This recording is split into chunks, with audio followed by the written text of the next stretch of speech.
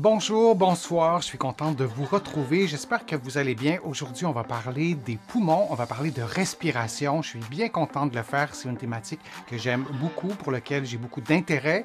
Et on va le faire avec un collègue, avec un urgentologue, avec le docteur Alain Vadeboncoeur. Bonjour Alain, ça va bien? Oh. Salut Denis, ça va bien toi? Ça va très, très bien. Merci d'être là. Et si les internautes ont envie de plonger davantage aussi dans les thématiques qu'on va aborder aujourd'hui, donc on peut le faire, ils peuvent le faire dans ton plus récent livre. Donc, il y aura des informations qui seront détaillées encore davantage dans ton livre le plus récent que j'ai beaucoup aimé et j'ai eu vraiment l'honneur de signer la préface. Ton livre s'intitule Poumons, du premier au dernier souffle. C'est un excellent bouquin, je vous le recommande et vous pourrez recueillir à travers ce livre-là des informations qu'on vous aura données aujourd'hui. Vous pourrez aller plus en profondeur. Le hoquet peut-il être un signe de problème plus grave, comme au niveau des poumons ou du diaphragme? D'abord, Alain, c'est quoi on sait tous c'est quoi le hoquet, mais d'où ça vient? Comment ça s'explique? Pourquoi il y a des gens qui en ont plus souvent? La fameuse tactique de faire peur à quelqu'un pour arrêter le Mhm. hockey, est-ce que ça fonctionne? Donc, dis-nous tout sur le hockey. Le fameux hoquet. Le Ouais. mécanisme est quand même assez simple. D'abord, c'est un réflexe, on ne le contrôle pas, évidemment. D'ailleurs, dans une salle de concert tranquille, avoir le hoquet, ça peut être une situation assez gênante, puis on ne peut pas l'arrêter spontanément. Donc, le hoquet, c'est quoi? C'est le diaphragme, donc le gros muscle de la respiration, là, en dessous des poumons, qui se contracte, sauf qu'à ce moment-là, les cordes vocales se ferment, ce qui fait que l'air ne rentre pas, et ça, c'est le réflexe du hoquet. Donc, ça arrive souvent. La plupart du temps, c'est tout à fait bénin. Ça peut être dû au fait qu'on avale trop rapidement quelque chose, probablement que l'œsophage est un peu distendu ou qu'on a mangé un peu vite. Ça va durer quelques minutes. Souvent, ça va arrêter spontanément. Et ça, c'est le hoquet qu'on connaît. Ça reste un peu un mystère. D'ailleurs, j'en parle dans mon livre de façon amusée. C'est que j'ai cherché une explication. Parce que, tu sais, tous ces réflexes-là, il y a une raison d'être. On n'a pas des réflexes. Tu sais, la D'accord. toux, il y a une raison Mm. d'être. Éternuer, il y a des raisons d'être, mais c'est quoi la raison d'être du hockey? Et je n'ai pas trouvé la réponse. La meilleure réponse que j'ai trouvée, c'est peut-être lié à des amphibiens qui étaient là il y a 200-300 millions d'années, qui régulaient leur respiration comme ça. Mais nous, on ne sait pas trop pourquoi on a le hockey. Par contre, ça peut être associé. Un hockey qui persiste peut être associé à des choses plus embêtantes que simplement d'avoir mangé trop vite. Par exemple, tout ce qui va irriter le diaphragme, tout ce qui ce qu'on appelle le médiastin, ce qui se passe derrière ici, l'œsophage, autour du cœur, etc. S'il y a quelque chose là, quelqu'un qui a le hoquet de façon continue, qui ne s'arrête plus, à un moment donné, il faut se poser la question, coudonc, y a une petite tumeur qui irrite un nerf? Mais là, on ne parle pas d'un hoquet qui dure 3 minutes. On dit, j'ai le hoquet depuis 5 jours, je ne sais pas Mm. pourquoi. Hein? Même des fois, tu l'as probablement déjà vu, on met des pacemakers aux gens pour que l'électricité stimule le cœur. Il peut arriver que la petite sonde qui stimule le cœur se déplace et elle, elle stimule le diaphragme, mais ça donne du hoquet. Donc, tu sais, il y a un paquet de causes possibles.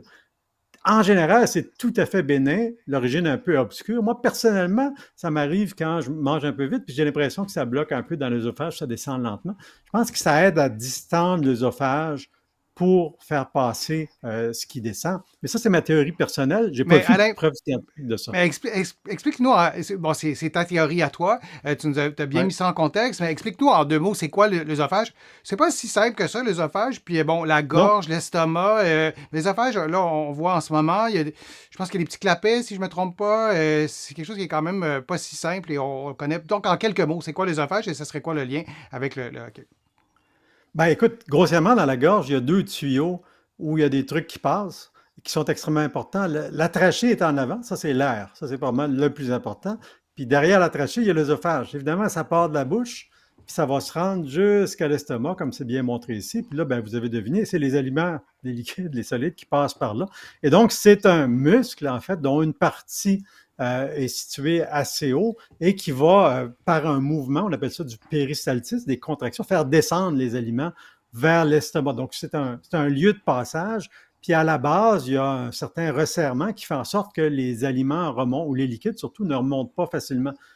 Les gens qui font beaucoup de reflux, par exemple, hein, des brûlements Mhm, d'estomac là, mhm. qui remontent dans la poitrine, ben, c'est souvent qu'il y a une incompétence de ce resserrement-là. Puis là, l'acide de l'estomac, qui est vraiment très, très acide, va remonter. Puis des fois, ça remonte même jusque dans la bouche. ça peut goûter un peu sûr. Puis des fois, ça va même dans les poumons un peu, ça peut faire Mhm. tousser. Donc, ce tube-là, c'est un tube qui est dans l'œsophage, qui des fois dans la cage thoracique, et des fois, ben, il peut avoir tendance à se bloquer. Un œsophage qui se bloque, c'est pas une bonne nouvelle, là. Non. D'une part, ça peut être embêtant parce qu'il n'y a plus d'aliments qui descendent, puis d'autre part, il y a des causes qui peuvent être graves. Et donc, des mécanismes naturels pour débloquer ça, ben, l'œsophage a des muscles pour faire ça. Moi, je soupçonne que le hockey, ben, ça crée, si on veut, une pression négative dans la cage thoracique. Ça étire un peu les structures et j'imagine que ça peut aider l'œsophage à libérer un peu le contenu à l'intérieur ici. Donc, ces deux tubes-là, la trachée et l'œsophage, voyagent très proches et ne transportent pas la même chose. Il ne faut pas que les aliments aient dans la trachée, ça c'est très dangereux. Puis en Bien sûr. général, avaler de l'air, ben, c'est plutôt inutile. Il y a des gens chez qui ça arrive et ça peut faire gonfler l'estomac. Donc, il faut que les bonnes substances aillent dans le bon tube. On pourrait dire ça. Donc, en résumé, c'est pas un problème très grave, tellement pas que Non. la science s'est peut-être pas intéressée à ce point-là, à ce Mm. phénomène, mais c'est quand même intéressant de voir aussi tous ces automatismes qu'on a dans notre corps qu'on ne peut pas contrôler et parfois ça peut être peut-être récurrent chez certaines personnes. Merci Alain, merci vraiment de tes conseils et de ton expertise. On a vraiment été chanceux de pouvoir en profiter, si je puis dire. Et merci aussi à tout le monde d'avoir participé, d'avoir posé vos questions.